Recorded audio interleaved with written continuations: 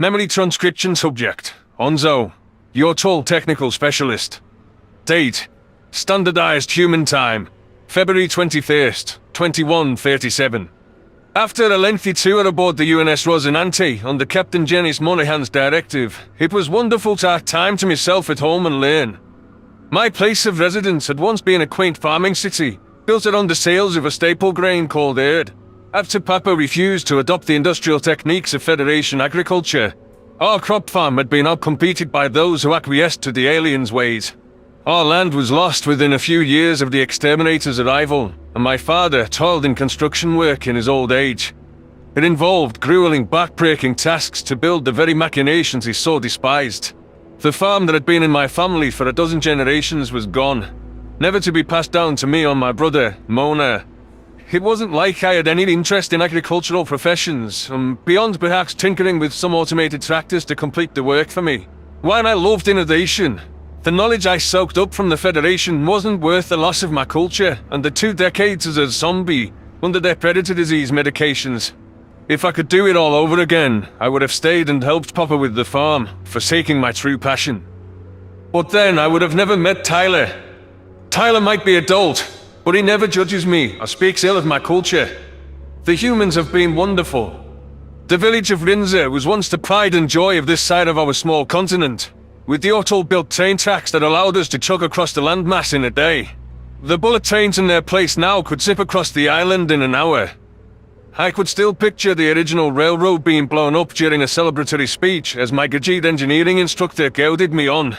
The arbor was barely visible behind the new steel buildings, and any green space that had been present was taken up by digitized clutter.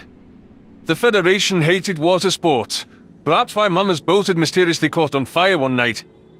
As much as I missed home, there was an inescapable sadness whenever I toured the sites. New plays at the Tailtwine Theatre. First time in over 20 cycles. A well-groomed Jortul paced on the streets ahead of me, passing out pamphlets to passers-by. I remembered the last play I'd seen. A strange tale where the crops came alive and attacked anyone who tried to harvest them. A predatory story if you ask the Federation. Toleo's Feud. A classic work of drama and stage choreography about 2 warring kingdoms, based on the Grain Wars. I considered grabbing a pamphlet, but I didn't want to carry it throughout my meeting with the respectable human. My desire to go to the performance was born of nostalgia and spite for the Federation as much as anything. It wasn't as if I couldn't acquire an advertising handout on my way home. It wasn't clear why the imperialist aliens took such offense to plays, other than looking down on it as a primitive form of entertainment. Visual mediums like television and movies were just better after all. I suppose it was a good way to suppress old texts that didn't align with their ideas. What would humans think of theatre? I mused aloud, ignoring the strange looks from people I passed. They have media that's beyond realistic, run by computer graphics. Perhaps they'd think a bunch of props on a stage are stupid, though they haven't had that response to anything of ours yet. There were a handful of Terrans in sight on the streets, but I decided to restrain my curiosity. These poor primates were out enjoying a stroll, and didn't want to be interrupted by an energetic Jortul peppering them with questions. I focused instead on the graffiti art on closed-down Federation buildings, which was something we'd learned from Earth. The exterminator office had been shuttered once and for all, where no alien occupiers were sent out forcibly by our military. I could see that the institution was almost ready to reopen as a recruiter's office. The Jortul technocracy, now a part of the Sapient Coalition, was to be taken seriously at long last. The arrival of the humans had given us an opportunity to throw off the Federation's yoke. Everyone who was born before first contact despised what the aliens were doing to learn. Our planet's once gorgeous wildlife was turned to cinders by trigger-happy exterminators burning anything that challenged their narrative. I was grateful that the Terrans were keen on conservation. That was the exact reason I'd agreed to meet up with the renowned Dr. Sarah Rosario at a repurposed lab in the village's heart. Sarah's words fell on deaf ears with the Ben-Lil, but we're happy to accept rebuilding the ecosystem we used to have. Fresh off the positive results she helped acquire at the summit, that should leave her riding a high. Their talents won't be wasted on land. Were I not committed to the military's next orders, I would have loved to devote myself to aiding this project, despite it being well outside my usual purview. If I framed the environment as a machine with cohesive parts, perhaps I could assess what forces drove the greater whole and how to fix the degradation. The supposed savage predators understood more about nature than any race I'd encountered. I trusted humanity to salvage as many animals as possible. It seemed it wasn't the flesh-eaters who had the utter disregard for lesser life. I ducked into the sprawling research campus, which now featured outdoor enclosures to accommodate life forms. Curiously, the Terrans had brought pets from Earth to supplement our native customs. The Yoto government had given clearance for the UN to use its discretion on what to bring.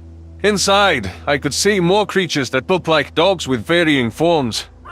On a stranger note, a small animal that could fit in a human's hand was yapping in a massive canine. This seemed to scare the much larger mutt.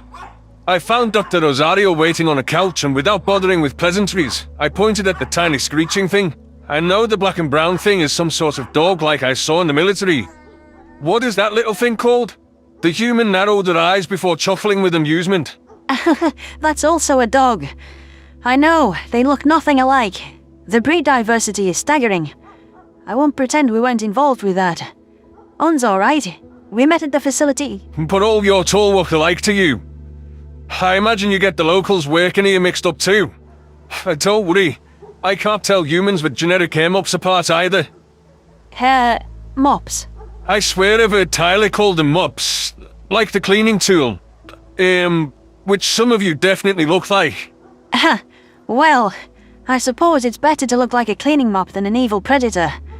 I'd stick with calling it a hairdo or haircut. But back to your point, there's some humans that look like doppelgangers even to me. I'm glad you understand. I perked my ears to signal common ground. It was the same for me with some species that came from the Federation. You have to spend a lot of time around certain ones to pick up on their individual quirks. The way we know our dog from someone else's, even if it's the same breed. Not to say sapients are pets. But don't worry, I loved my Enza. She was a sweet thing. I like guard. After seeing Sarah's confused reaction, I racked my brain for a human equivalent. Like angels, I think. Noble spirits that watch over your toll. Tyler must have taught you a lot about human culture to know that. Hardly. I researched quite a bit on my own before I'd even signed up for the exchange program. If I was going to Earth to help through rebuilding your cities or military service, it would be inconsiderate to not learn the basics of your culture. I didn't want to stub my nose at your customs like the wretched Federation did to us. You're exceptional in that regard. The Yotel are quite laid back and open-minded, but few have gone the extra mile to pass our cultural references. And humans have gone to great efforts to relate to us and other life forms. I confess, I did it because I was curious rather than any higher ideal. A man after my own heart, Onzo. Now, not to cut you off because I would love to keep talking as we walk, but should I give you a tour of our operation? Gladly. Don't worry, I understand what you said earlier about me not being allowed to take any Henza personally. Preserving the species with care and objectivity is most important. Sarah's lips curved upward in that customary human expression which always registered to my gaze as both a firebrand statement of defiance against Federation norms and a graceful note of politeness imparted in a split second. It was obvious when the so-called snarl was malicious. Their eyes never lied about their emotions. Those forward-facing orbs were clear as a reflection pool. I trotted after the scientist with the glee of a 5-year-old, eager to see a Henza out of my mind's eye. It had been so long that I didn't trust my memory, especially after that farce-old doctor altered my brain with his numbing pills. I attempted to return my focus to the primates, the only aliens who'd ever treated us as equals. Hundreds of civilizations were worth a pile of manure in my book, while the humans were a priceless gift. Despite other herbivores labeling Nairn a backwater, we'd received the second highest total of Terran immigrants, behind only the refugee-laden Skalga. Many were engineers working on raising our own armada from the shipyards. That was another project I wish I played a part in.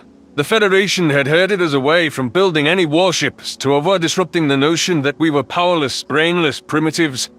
Wouldn't it be the greatest insult if your toll, in collaboration with humanity, improved upon the tech the Federation lorded over us? We already helped devise several ideas, including the crushing, shield-breaking missiles.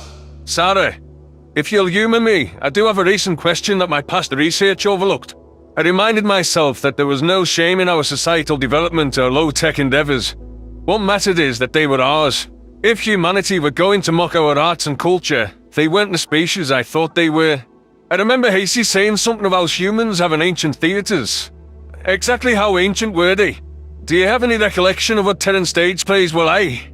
The curly-haired scientist squinted with confusion. Were like? Theatre is one of the oldest forms of entertainment, but you misunderstood me, I think. It's not gone.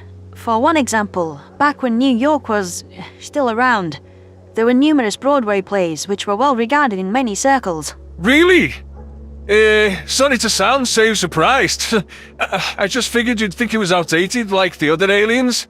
The Federation are a bunch of judgmental killjoys. Don't you know that by now? Just because newer, fancier ideas exist doesn't mean older stuff can't have its charm. I agree. I just asked because our playhouses are reopening after being shuttered for years. It interests me what your Broadway plays were like. There were some that were dramas and such, but it was most well known for musicals. You know, actors sing songs to advance the story while doing choreographed, synchronized dances. I stifled a snort of laughter, lingering on the mental image. Which herbivore wrote those for you? Everyone knows predators aren't capable of something so sentimental and dorky. I know you're joking, but if you ask the feds, it's all part of our master plan. If how off-key Tyler sings reflects on all humans, it is part of your plan. To make sapiens clutch our ears in agony. Sarah snickered for a brief moment as we stepped into a restricted wing of the research facility. I halted in my tracks as my gaze focused on a couch where a tan henza with jagged black stripes was panting atop it. The once beloved near-extinct pet brushed up against the back of one human's head and nipped at his ear loop. The primate was laughing, teeth visible from ear to ear. There was no question about how this Terran felt about our old friends. A few humans were down on all fours playing with yarn and laser pointers, while the more sedentary hominids allowed hensas to settle on their laps. The adoration was mutual. The small animals seemed fond of the Terrans, perhaps because of their willingness to afford attention. It used to be said that hensas were excellent judges of character. Watching an earthling scratch a rumbling pet's forward-facing ears, a predator trait that the humans curiously lacked. I wondered whether they wouldn't keep our non-sapient pals for their own people. Certainly beats breaking into our homes and burning them alive in front of us. Fuck the Federation. For the small number of your tour who'd been able to harbour hensas all these years, it must have been difficult to persuade them to hand their companions over to the Terrans. However, witnessing the care afforded by our arboreal allies, I believed these scientists could give us a fighting chance to bring back the most culturally significant species on Lern. It was the only way to ensure the hens' numbers were padded and that future generations could enjoy their company once more. Perhaps, if the pest-killing hunters flourished here again, humans might transport a few back to Earth for adoption. We love these little guys, Onzo. How could even the feds hurt such cutie pies? Sarah approached the couch Terran, picking up the hensa. I pretended not to notice her voice climb in pitch, and in turn, she passed the tan animal into my shaking paws. We brought some puppies and kittens, our darlings from Earth. You could adopt a few of them in the meantime while we're repopulating the hensas. I'm glad you invited me here to see this. You're doing good work. I pulled my paw tight around the hensa's belly, scared to drop her. Tears swelled in my eyes as the graphic memories of my pet burning returned. Tyler has a big dog, a Great Dane. That thing could swallow a human's hand. He left the gentle giant with his dad while he deployed. Maybe for good. It's difficult for pets to be relocated. They don't understand. It's kind to force that change of scenery on them as little as possible. Yeah. If I get to retire from military service one day, I'd like to adopt a big canine like his. Nobody'd ever mess with me again. And someday, maybe I could have another hensa. Preferably before I die. Lame can be our world, like it used to be. You want to make all of that a reality? I could put in a word with the UN, get them to call in a favour with your government. Could ask for you to be sent right here. You've seen as much direct action as any you're told from what I've heard. A true hero. We owe you a chance to help with the rebirth. The renaissance of Lern. My head tilted sideways, considering her words. You would do that, Sarah? That sounds wonderful. I mean, I do want to kick the feddies in the teeth, but I could use a break from all that. We've finished the far Suloff. We exposed the info in the archives. I could be useful here now. It's your choice. You can think on it. I don't need an answer today. But I'd love the chance to work with you and pick your brains as one science-obsessed individual to another. Just like my work with the cattle rescues is done. Maybe your stint in the stars has reached its end too. Okay, not to sound greedy, because I am grateful for the opportunity to help. But does this pay? Papa needs to retire, and I can't make that happen without a steady salary. The human pioneer took the Henzer from me and passed a note into my paws in its place. I looked up how to write in your tall numerals. I didn't misprint a thing. I nearly choked on my own saliva as I skimmed across the 6-figure number in sloppy handwriting. Sarah couldn't be serious. The difference this could make in my family's life. Not only could I save Lane, but I could have the financial means to support all of my loved ones. It was difficult to think of a reason to redeploy if Dr. Rosario could follow through on her promise to transfer me here. Unless there was an existential threat in the stars, this was my chance to finally be happy. Tyler, the cantankerous Sovereign, and I had earned some time on the sidelines. I was bouncing on my hind legs with excitement before I knew it, and had darted out of the lab to avoid embarrassing myself with the celebration. My eyes must have been glowing as I unclipped my holopad from my belt. That enthusiasm fizzled in a heartbeat when I saw an ominous message from my human best friend. The very person I'd been wanting to contact with the good news. My heart sank into my stomach, faced with a difficult decision. Hey, Onzo. So, looks like I have to go with the UN into Kolshian territory. Those bastards have Slanik, and if I don't save the day, Marcel's gonna do something stupid. He's supposed to leave stupid things to me, right? Anyhow, let me know if you're in or if you're out. You don't have to come.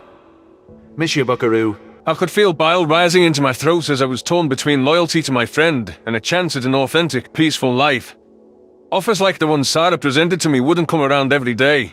It was everything I could have dreamed of. However, it had always been a no-brainer that Tyler and I stuck together. How would I feel if I forced a human to ship out without me and something terrible happened to him? Who would watch his back if I wasn't there? The last thing I wanted was to head back to the war after enduring Koa, Silis and Talsk. But my friend was counting on me to accompany him to the most difficult fight yet. Even if Tyler would never say it, he was expecting me to tag along. I'd been adamant over joining him on his perilous rescue mission of Marcel on Silis. Had it not been an exercise in futility, perhaps I would have mentioned to my buddy that he kept putting himself in harm's way for Mr. Fraser and Slanik. That was just who Tyler was. Someone who helped out his bros. That was why I knew if the roles were reversed, he would have agreed to join me in a heartbeat. No incentives or comfort could have swayed his decision. It was also the reason I accepted that I had to turn down the offer of a lifetime and follow my human buddy to Arthur. A serene existence on Lane with a monster-sized dog curled up on my bed would have to wait until after we delivered some justice to the heart of the Federation.